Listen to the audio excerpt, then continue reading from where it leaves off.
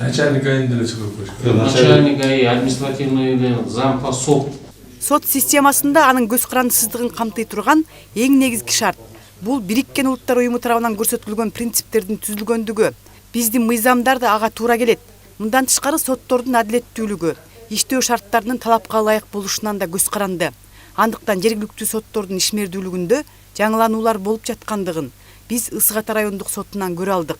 Мында эң обол эле жарандардын даттануулары үчүн атайын платформага көңүлүбүз бурулду. Сот тутумдарында республика боюнча ошондой эле Чүй областынын аймагында ар бир сот тутумунда ушундай QR-коддор орноштурулган.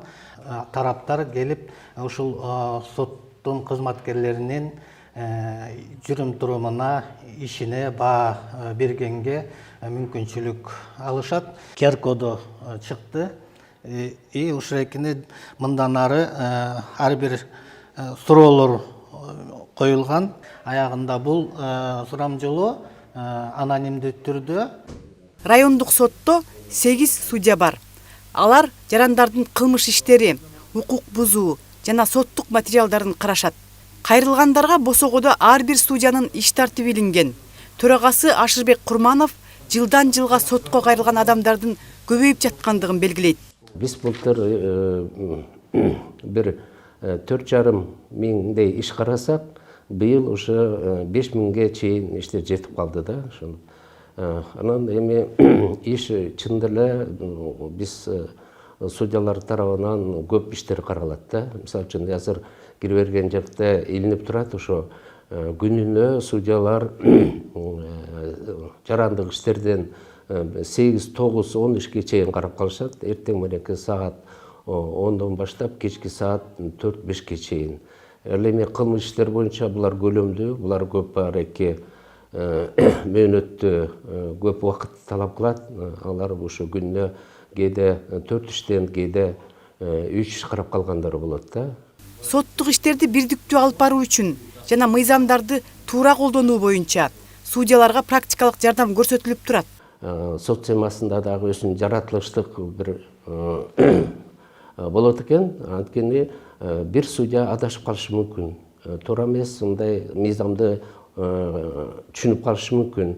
Ошолорду тууралап кайра оңдош үчүн бизде экинчи инстанция деп коет, бул областтык сотто алар ошол биздин чыгарган чечимдерге ошолор баа берет. Эми жогорку сот тарабынан, областтык сот тарабынан бизге мындай бир түздөн түз көрсөтмө берилбейт иштери боюнча, бирок багыреки ошо соттук иштерди мындай бирдикте алып баруу үчүн мыйзамдарды туура колдонуу боюнча алар жалпылап бизге тигиреки ошо мындай жардам, практикалык жардам көрсөтүлүп турат да. Бул жакта мурда 21 жыл иштеген ардактуу эс алуудагы судья соттордун эски иштөө шарттары менен салыштырат. Ал учурдагы кызматкерлердин иштөөсүнө бир топ ыңгайлуулук жаралгандыгын белгилейт.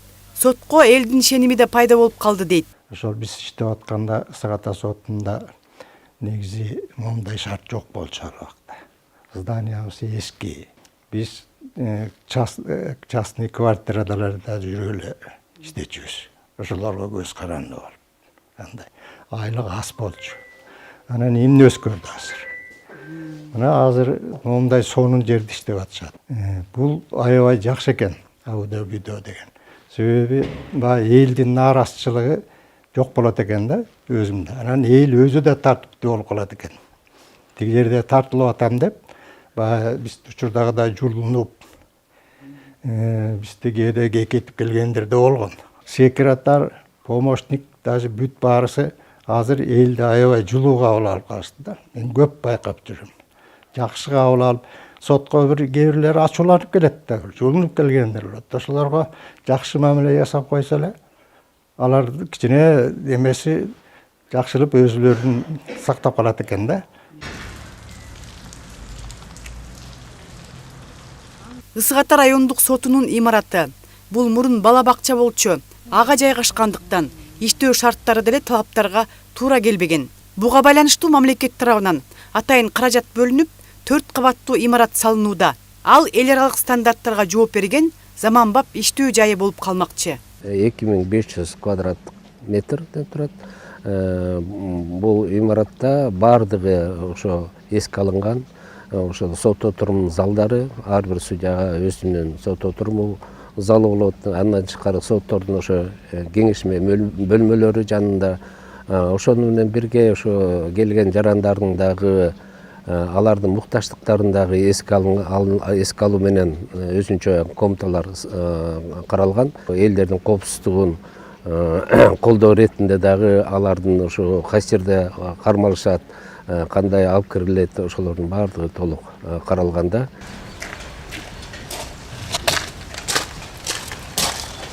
Бул жерде судьяларга атайын кызматтык үйлөр да каралган. Ротация болгондор үй бүлөлөрү менен көчүп келишип, жашап жатышат.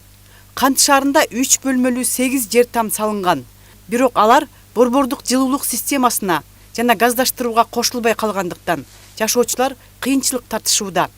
Ага карабастан түзүлгөн мындай шарттарга ыраазы. 2022-жылы ошо президентибиздин жарлыгы менен Жалал Абад областынын Каракөл шаарынан, шаардык сотунан Чүй областынын Ысык Ата райондук сотуна ротация болуп келдик.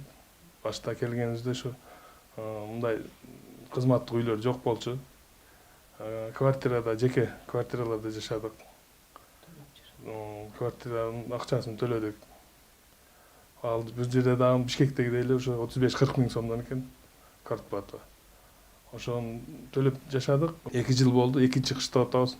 Буюрса ушул кызматтык үйлөр бүтүп, буяка көчүп чыктык. Буяка келгенден бери жашоо шартыбыз кыйла жеңилдеп, шарттар түзүлдү. Бардыгыбыз ушул жерде жашайбыз. 5 бала менен жашайбыз, кызым турмушта. Кудайга шүгүр, жакшы. Мындан тышкары сот адилеттүүлүгү, кайрылган жарандарга карата ишеним жараттуу, соттордун өзүнө берилген милдеттерди так аткара билүүсү жана конституциядагы мыйзамдарды жүзөгө ашыра билүүсүнүн көз каранды. Клара Кудайбергенова, Нурмухамед Дүйшөнбек уулу, УТРК Чүй, Ысык Ата району.